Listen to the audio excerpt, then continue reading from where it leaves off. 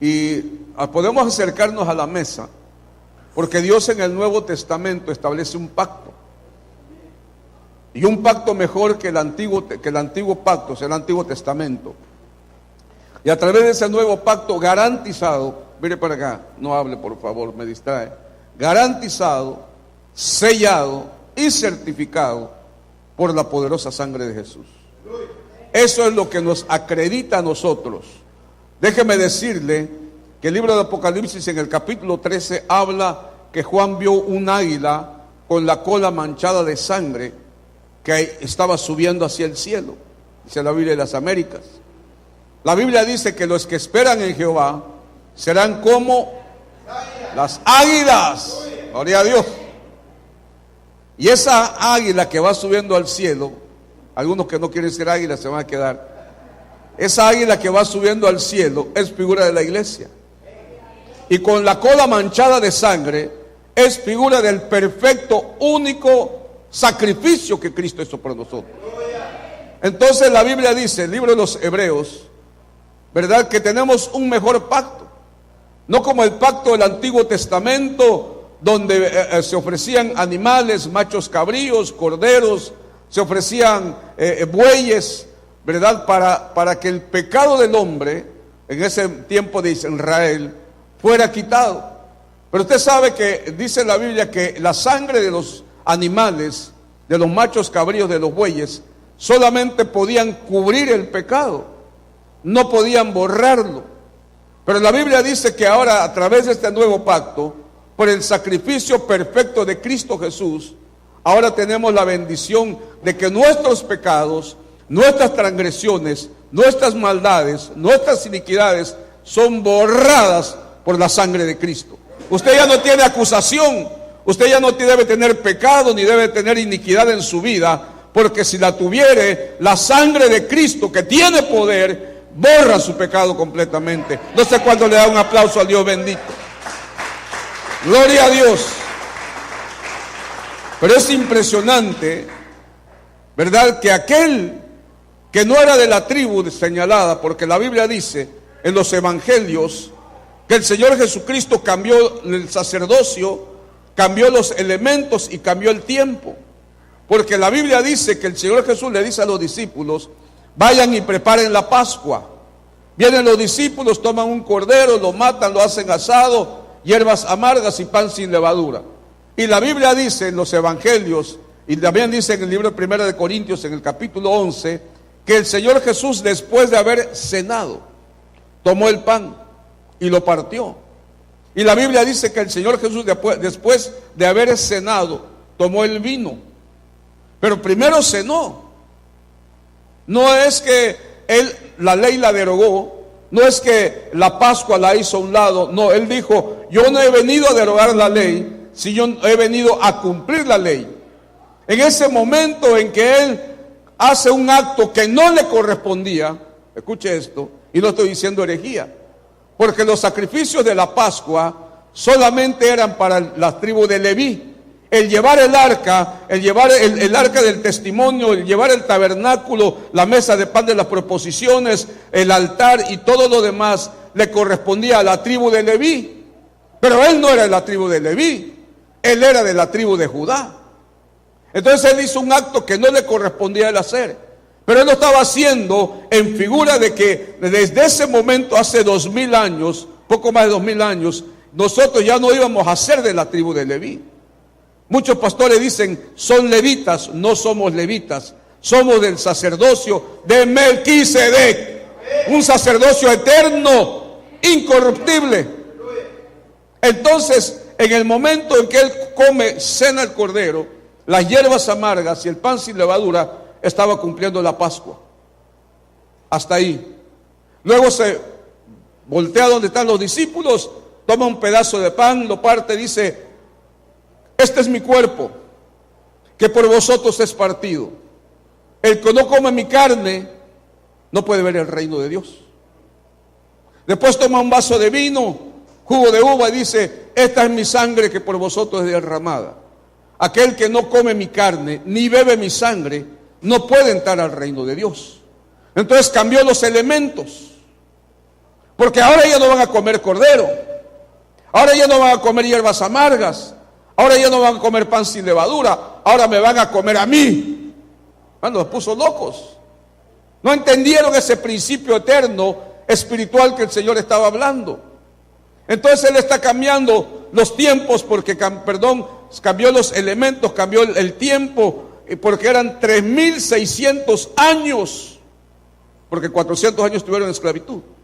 3.600 años que los hebreos, las 12 tribus de Israel, cada año, escuche esto, importante, cada año tomaban cordero, hierbas amargas y pan sin levadura. Pero ahora viene uno que no es levita, cambia los elementos, cambia el sacerdocio y cambia los tiempos. Porque ahora dijo el Señor Jesús, no lo van a tomar cada año. Dijo Él, ahora lo van a tomar todas las veces que sea necesario. Mire qué tremendo. Yo la vez pasada tomé 3 veces, en un día tomé 3 veces la Santa Cena. Pastor, pecó. No, hermano, la Santa Cena la podemos tomar diario. Vuelvo a repetir, el Señor Jesucristo dijo, hagan esto las veces que sea necesario, en memoria de mí, recordando hasta que yo venga. Entonces cada vez que tomamos la Santa Cena, estamos cumpliendo una ordenanza, pero estamos haciendo un acto escatológico, porque estamos tomando la Santa Cena con la esperanza de que Él va a venir por nosotros. No sé cuándo dicen amén. Cristo viene por nosotros. Cristo viene por nosotros. Es la esperanza que nos sostiene, es lo que nos anima, lo que nos impulsa. Si le va un aplauso al Señor, denle un aplauso bien dado y diga un gloria a Dios. Miren lo que dice la palabra, busque por favor en Hebreos capítulo 13.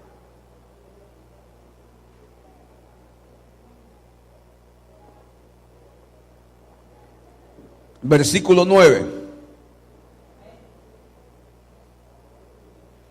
Hebreos capítulo 13, versículo 9, dice así: no os dejéis llevar de doctrinas diversas y extrañas, porque buena cosa es afirmar el corazón, ¿con qué? Con la gracia, no con la ley, con la gracia, no con viandas que nunca aprovechan a los que se han ocupado de ellas.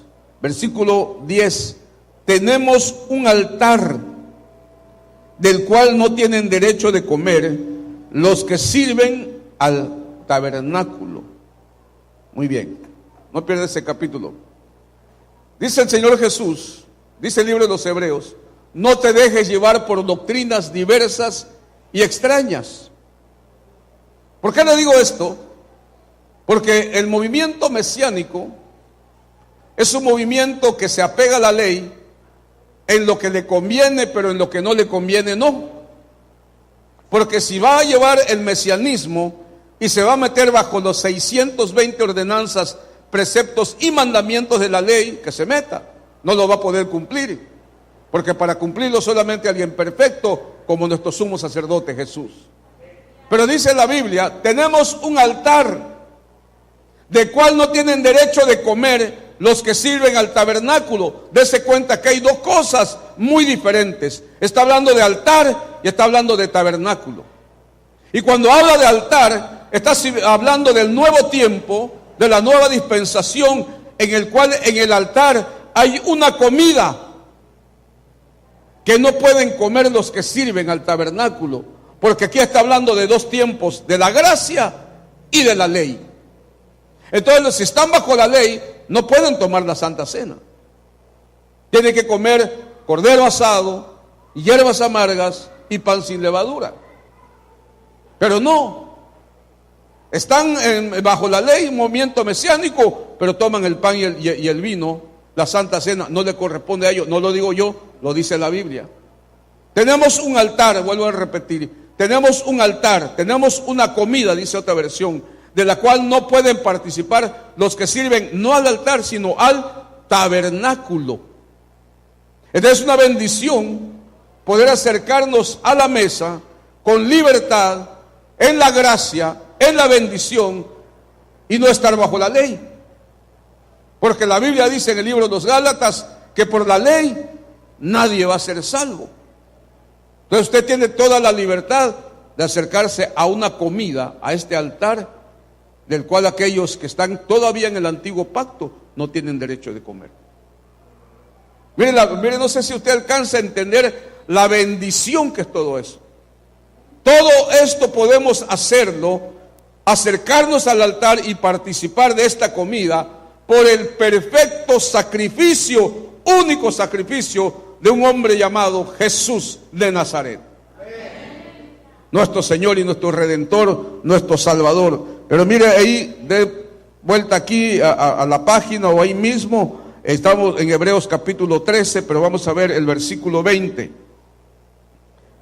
Y el Dios de paz, ¿qué Dios, hermano? Ay, hermano, usted tiene unas ganas de hablar. ¿El Dios de qué? El Dios de paz.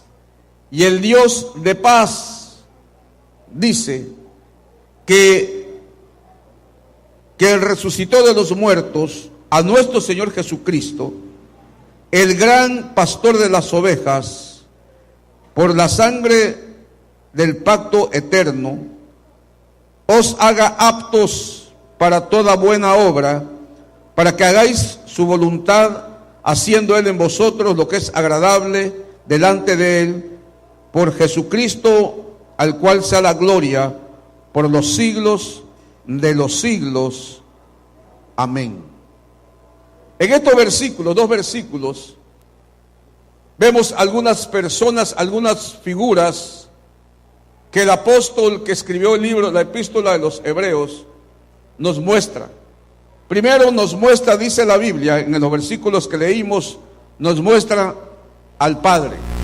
Número 1, el Padre, uno de los participantes. Y le llaman el Dios de paz. Aquí al Padre se le llama el Dios de paz. ¿Qué tiene que ver eso? Más adelante usted lo va a ver. El otro participante se le llama Redentor, también nuestro Señor Jesucristo, y se le identifica como el gran pastor de las ovejas. Entonces Jesús es la cabeza del pacto, es el sello, es lo que nos da la autoridad, la legalidad para acercarnos a la mesa, Él como cabeza de este pacto, porque por su sangre podemos acercarnos a la mesa, tomar el pan y el vino. Ahora, mire cómo se le llama a Dios. El Dios de paz. Pero aparte en la Biblia, en algunos versículos del Antiguo Testamento y en algunos versículos del Apocalipsis del Nuevo Testamento, se le llama a Dios Santo, Santo, Santo.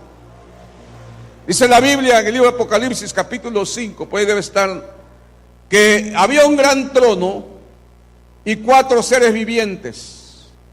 Uno tenía una cara de águila, uno tenía una cara de león, uno tenía una cara de buey y otro tenía una cara de hombre. En figura de los 4 evangelios. Porque cada evangelista, cada apóstol, Mateo, Marcos, Lucas y Juan, nos muestran al Señor Jesús de una faceta diferente. Y no es que haya confusión en ellos, sino que el Espíritu Santo le reveló a cada uno de ellos, mostrarlo a uno como un buey, a uno como un hombre, a otro como un águila. Y en uno de los evangelios más impactantes, el evangelio más profundo de los 4, es el evangelio de Juan, porque no solamente nos relata los milagros del Señor Jesús, específicamente creo que son 7 los que nos marca nada más Juan, pero no solamente nos da el relato del milagro, sino que nos explica el porqué del milagro. Pero Apocalipsis dice que estos 4 seres vivientes estaban alrededor de un trono y decían: Santo, Santo, Santo, Jehová de los ejércitos, toda la tierra está llena de tu gloria. Es tremendo, hermano. Entonces la Biblia le llama al Dios, al Padre, Dios de paz. La Biblia le llama Santo, Santo, Santo. ¿Cuántos creen eso? Le llama a Dios, no al Padre. Acuérdese que en el Antiguo Testamento no podemos mencionarlo como Padre. En el Antiguo Testamento usted no va a encontrar un nombre de Dios como Padre, siempre va a ser Dios, porque no era Padre. Hebreos capítulo 10, versículo 5 dice el Señor Jesús: sacrificio y ofrenda no quisiste, mas me preparaste cuerpo.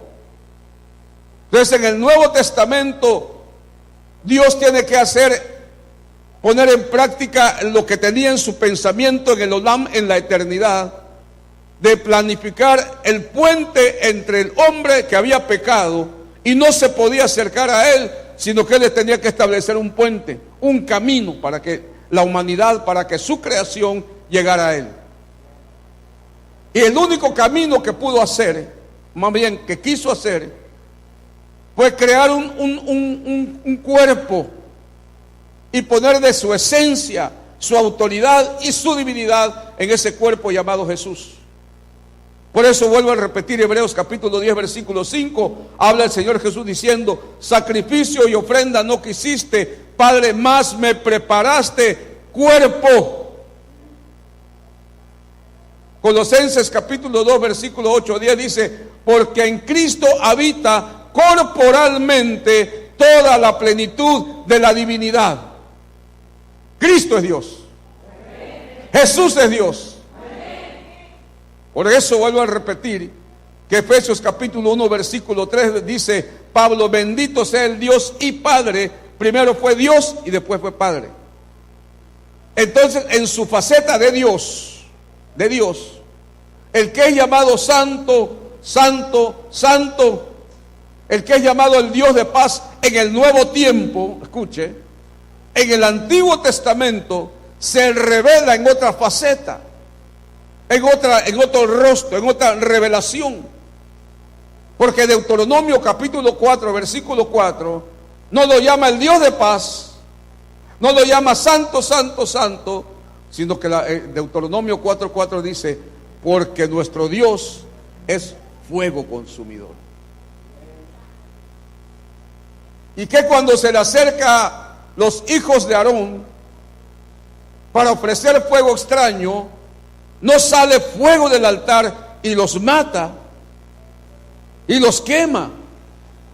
Y no es cierto que Sodoma, dice la Biblia que el pecado de Sodoma subió a la presencia de Dios cuando el pecado, escuche esto, cuando el pecado es altísimo, cuando el pecado es muy grave, cuando el pecado se multiplica en medio de los hombres, de las sociedades y las naciones, sube ese pecado hasta la presencia de Dios. Dos cosas suben a la presencia de Dios: la alabanza y la adoración. Y cuando Él escucha la alabanza y la adoración, Él desciende en medio de su pueblo. Porque la Biblia dice que Dios habita en medio de la alabanza. Esa alabanza y la adoración llega a la presencia de Dios. ¿Qué otra cosa llega a la presencia de Dios? Nuestras oraciones. Porque la Biblia dice que Dios huele las oraciones. Porque dice la Biblia que las oraciones suben como olor grato. Le animo que vengan las oraciones, hermano, no sea flojo. Vengan las oraciones para que usted fabrique incienso para el Señor.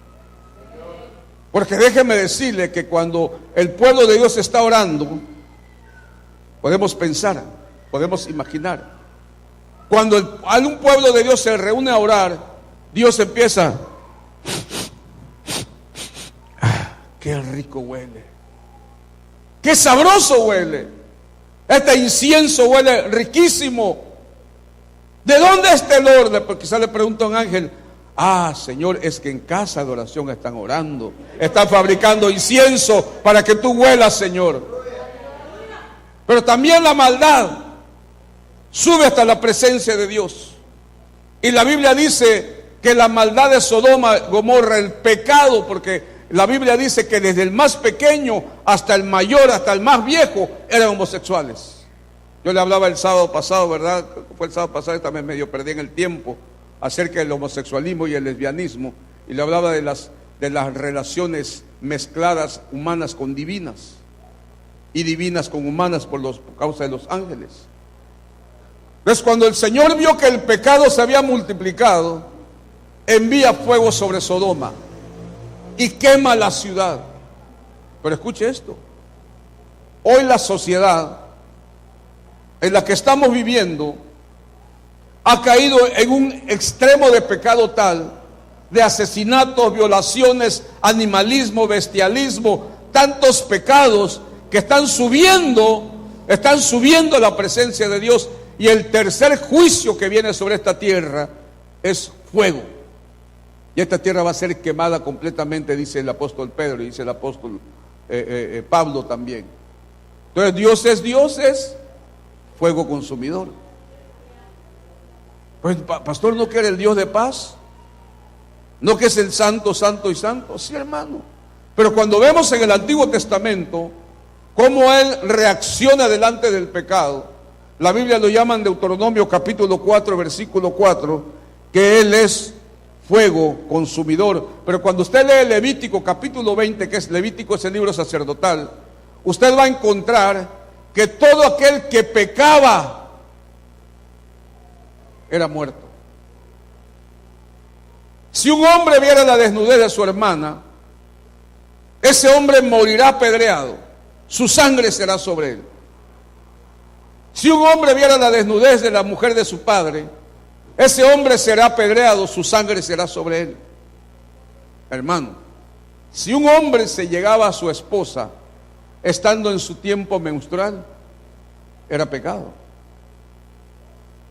Pues no que Dios es Dios de paz. No que Dios es santo, santo, santo.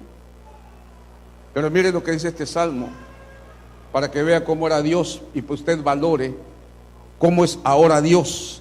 Salmo 137.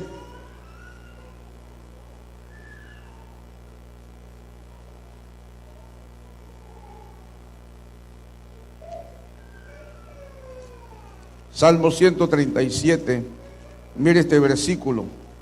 Versículo 9.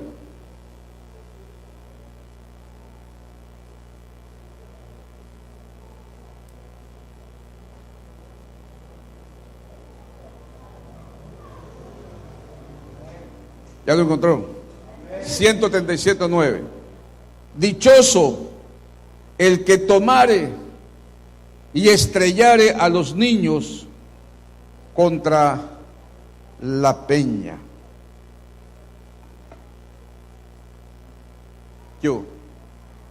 Mira para acá.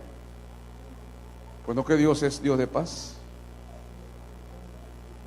Dichoso el que tomare y estrellare a los niños sobre las peñas, sobre la roca.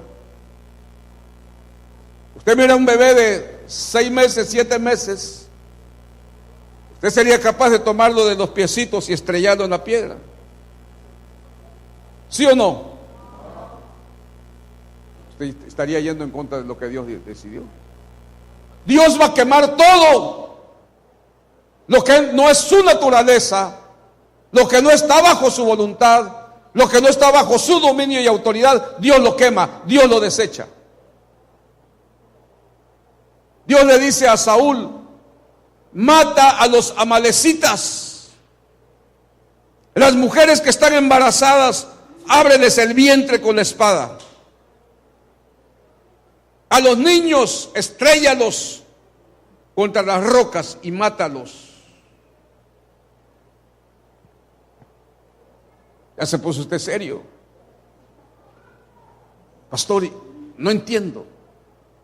Tiene que entender que ahí estamos hablando del Dios del Antiguo Testamento, al Dios del juicio, al Dios del pacto, al Dios que mataba. Aunque en el Nuevo Testamento también mata. No mató a Ananías y a Zafira. ¿Usted cree que le dio un infarto? No. Ananías, ¿por qué mentiste al Espíritu Santo? No has mentido a los hombres, sino has mentido a Dios. ¡Bum!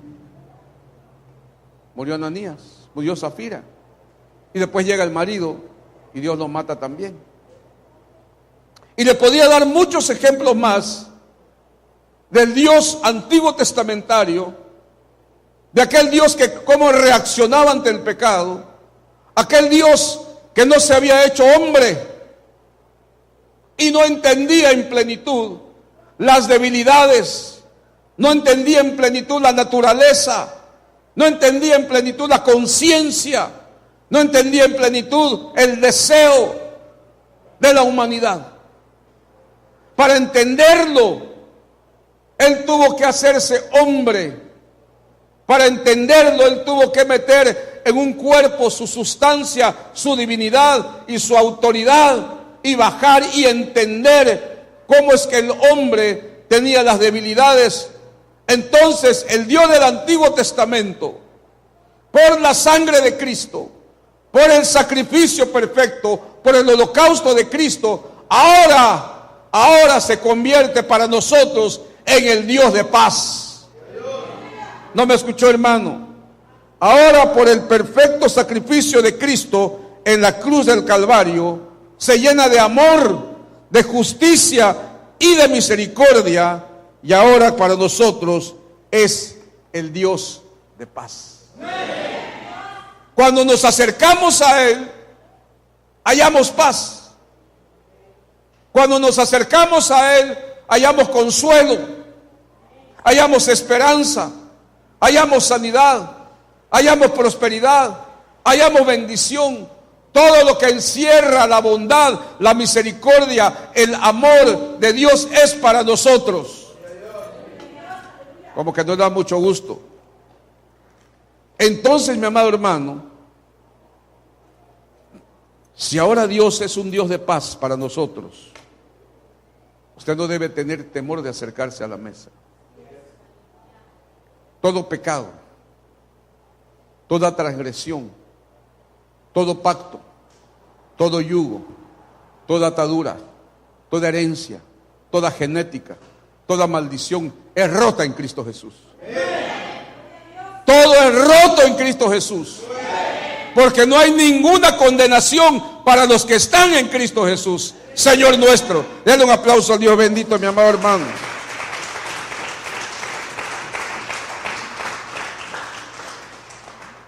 Quiere decir, mi amado hermano, que se acabó la enemistad que tenías con Dios. Mire, hay personas que le tienen miedo. Dicen, no, esa persona, ese bandido, ese fulano es un bandido, es un narco.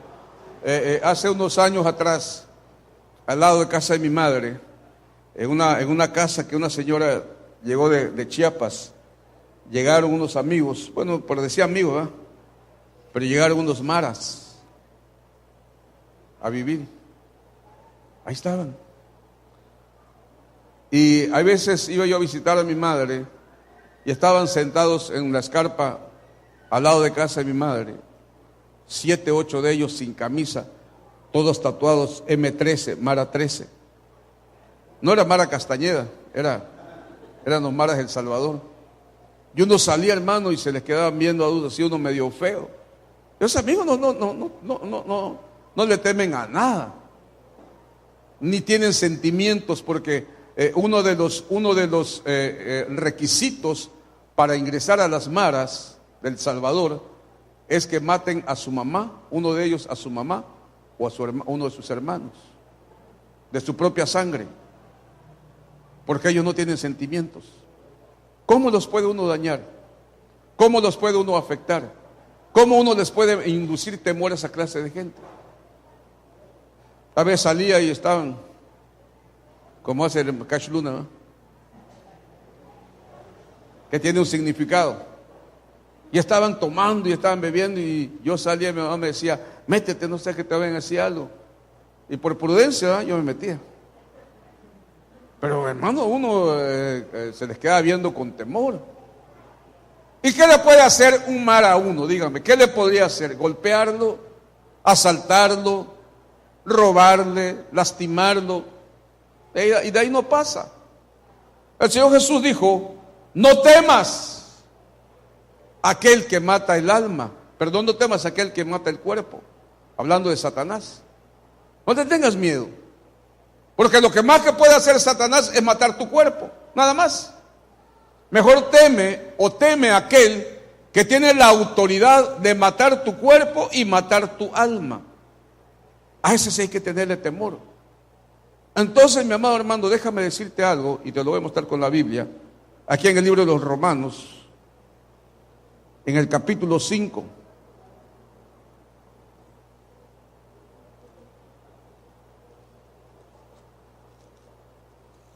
Romanos capítulo 5, versículo 8. Dice así: mas Dios muestra su amor para con nosotros en que aun siendo pecadores, Cristo murió por nosotros. O sea, ¿cuánto le ama el Padre ahora, hermano? Pues mucho más, estando ya justificados en su sangre, por él seremos salvos de la ira. Seremos salvos de la ira, porque si siendo enemigos fuimos reconciliados con Dios por la muerte de su Hijo, mucho más siendo reconciliados seremos salvos por su vida. Y no solo esto, o sea, además, hermano, y no solo esto, sino que también nosotros en Dios, por el Señor, nuestro Señor Jesucristo, en quien hemos recibido ahora la reconciliación. Hermano, déjame decirte una cosa. Dice la Biblia que nosotros éramos enemigos de Dios.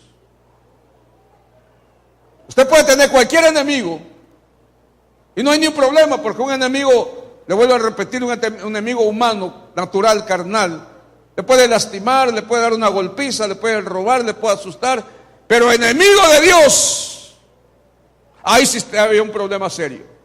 Usted tenía un problema serio, yo también, porque dice en la Biblia que éramos enemigos de Dios.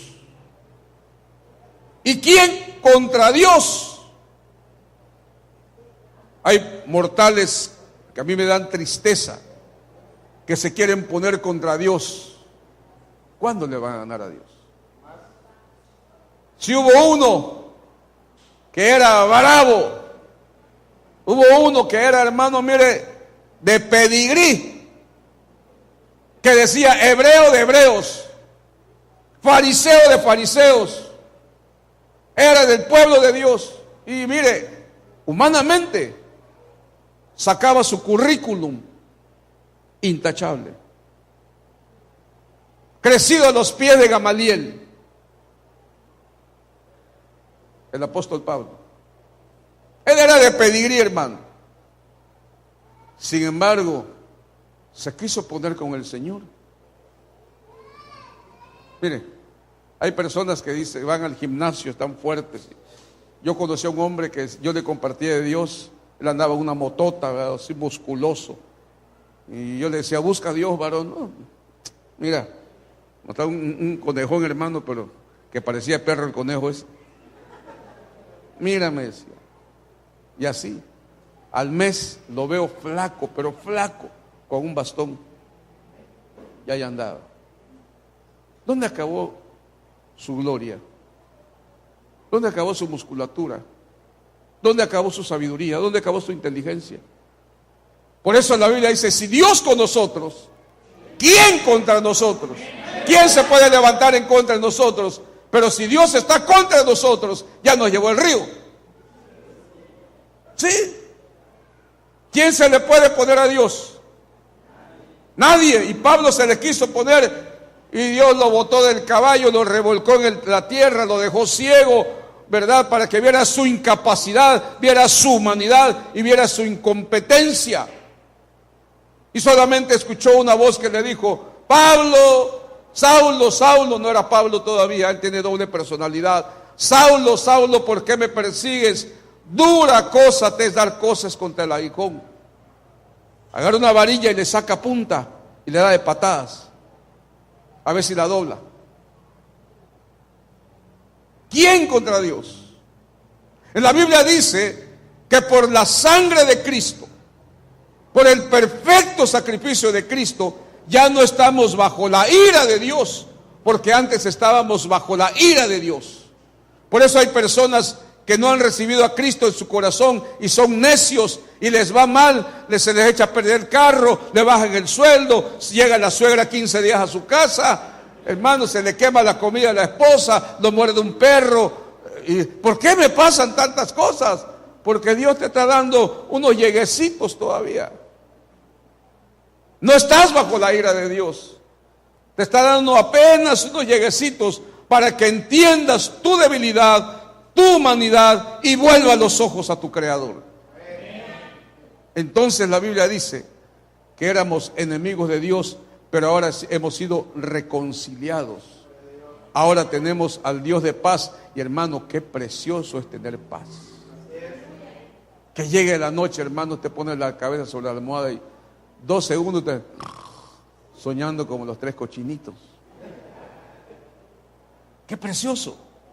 La humanidad anda desesperadamente buscando paz en el yoga, buscando paz en el feng shui, buscando paz en la meditación. Todo eso lo provee Satanás para una falsa paz. Pero la Biblia dice, y la paz de Dios, que sobrepasa todo entendimiento, sea establecida en vuestros corazones.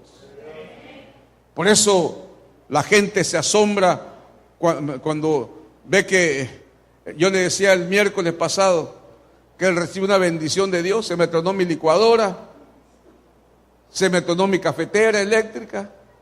En la noche queremos subir agua y no hay agua, no sirve la bomba, ¿verdad? Mi esposa está haciendo la comida, unos chilaquiles, cuando ve que la flama se va apagando poco a poco. Nos quedamos sin gas. Y en la noche y en la tarde están ahí haciendo unas cositas en la casa cuando se sale todo el gas del clima. 5 cosas, figura de los 5 antiministerios. Y el Señor, ¿qué más va a pasar? Porque esta semana nos fue como en feria, pero yo estaba feliz y contento, hermano. Yo el miércoles vine a predicar gozoso, disfruté unas tortas que hicieron riquísimas. Y muchos estarían llorando, ay, mi licuadora, ay, mi cafetera, ay, por la llorona, hermano. Es lo que no entiende la gente, que nos está yendo como en feria y tenemos paz en nuestro corazón. No tenemos para comer, pero tenemos paz en el corazón. Nos corriendo del trabajo, pero tenemos paz en el corazón. Llegó nuestra suegra y hasta la abrazamos y la amamos, porque tenemos paz en el corazón. Mire qué tremendo es, hermano, que de la suegra no dice nada la Biblia, pero de los suegros sí. No lo busque, pero Cantares capítulo 7 dice: hermosos son tus pies en tus sandalias, oh hija de príncipe. Así que según la Biblia, hermano, yo soy un príncipe valiente. No lo crea, ya lo puede leer. Así que los que no se han casado, sus hijas, apresuren, no. Pero la Biblia dice que somos príncipes. Entonces tenemos paz.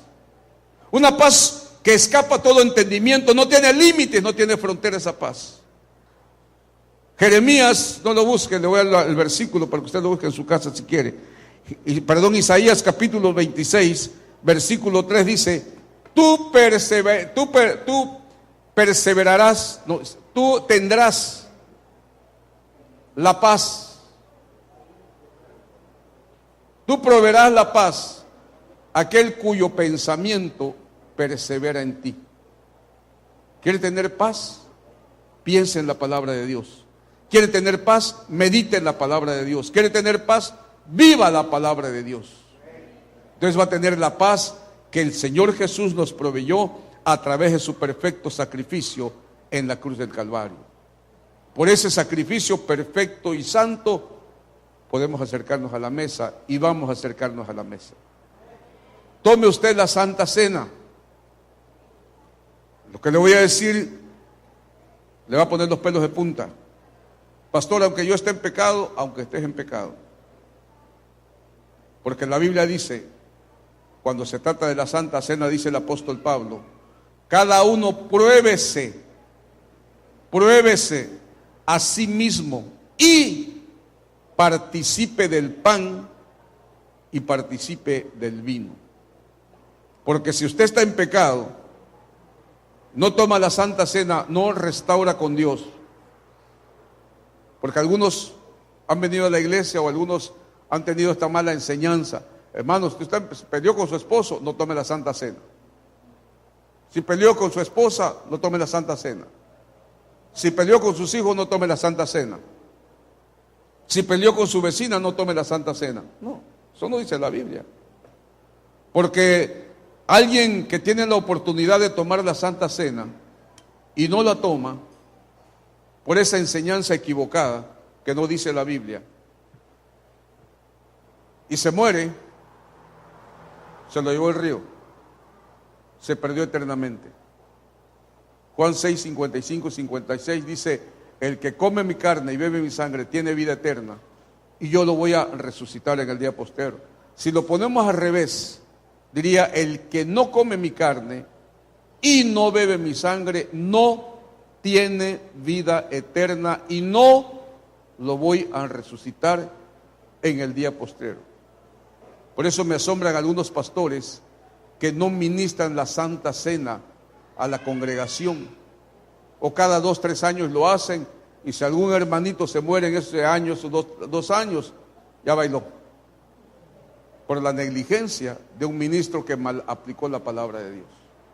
Así que yo le animo, hermano, si usted se peleó, tuvo un disgusto, pecó, póngase a cuentas ahorita con el Señor. Dígale: Señor, ciertamente, Señor, ayer le aporreé la olla a mi esposo, perdóname, Señor. Señor, en la mañana en el desayuno le di una bofetada a mi esposa porque el café estaba frío, perdóname, Señor. Y tome la Santa Cena. Por eso, cuando estamos ministrando la Santa Cena, yo doy un tiempo de 2, 3 minutos para que usted se reconcilie con su hermano y le pida perdón, y le diga, nada más pídale perdón. Hermanita, te pido perdón porque hace 3 años yo dije de ti esto y tu perfume apestaba y no me gustó, y esa vez que te pusiste tus chancletas aquellas, yo dije que no, hermana, perdóneme, yo la he ofendido, perdóneme, abrácela. Usted también la ofendió, también, hermana, perdóneme, y ya, no empieza a decir sus pecados porque no va a agarrar la venida de Cristo, ¿verdad? Así que vamos a participar del pan, del vino. Póngase sobre sus pies, mi amado hermano. Se pide al ministerio de alabanza que pase. Ancianos, por favor, pasen también.